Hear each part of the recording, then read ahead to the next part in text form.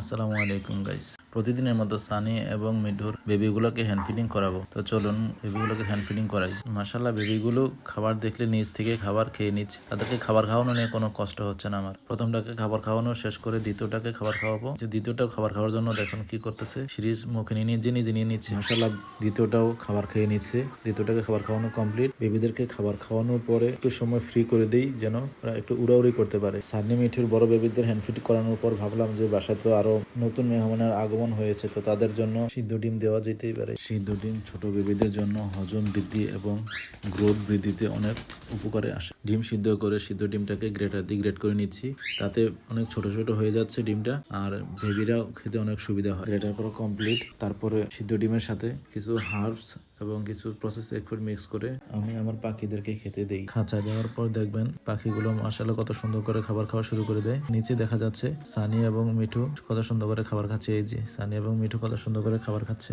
গত ভিডিওতে বলেছিলাম সানি এবং মিঠুর দ্বিতীয় ব্রিডের বেবিগুলো দেখাবো, তো চলুন দেখে নিই। এই যে মাশাআল্লাহ 3টা বেবি পেয়েছি। 4টা মোট ডিম দিয়েছিল, একটা ডিম দুর্ঘটনাবশত একটা ডিম থেকে বাচ্চা পাইনি। তো সবাই আমার পাখিদের জন্য দোয়া করবেন যেন আমার পাখিদের মধ্যে আল্লাহ পাক বারাকা দান করেন।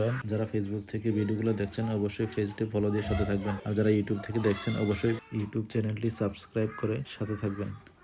দেখা হচ্ছে পরবর্তী ভিডিওতে। সে পর্যন্ত ভালো থাকবেন, সুস্থ থাকবেন। আল্লাহ হাফেজ।